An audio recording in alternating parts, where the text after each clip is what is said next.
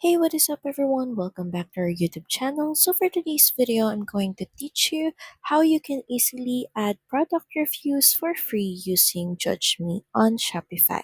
So just head over to admin.shopify.com and of course, make sure that you're logged into your account. Next is just head over to apps.shopify.com and in the search bar, just search for judge.me, then press enter. And in the search results, just choose this Judge Me Product Reviews app. Just click on install.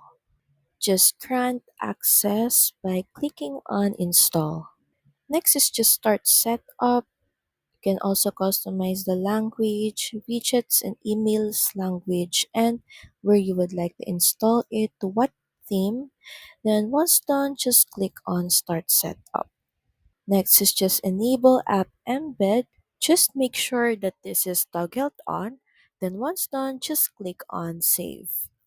Also make sure that you install star ratings just by clicking on this button. And from here, just customize your automatic review requests for domestic orders and international orders. Then once done, just click on the finish button. So that's pretty much it. Thank you very much for watching this video. I hope that you find this video helpful. And if you do, please don't forget to like, share, and subscribe to the channel. And I will see you again on the next one. Bye.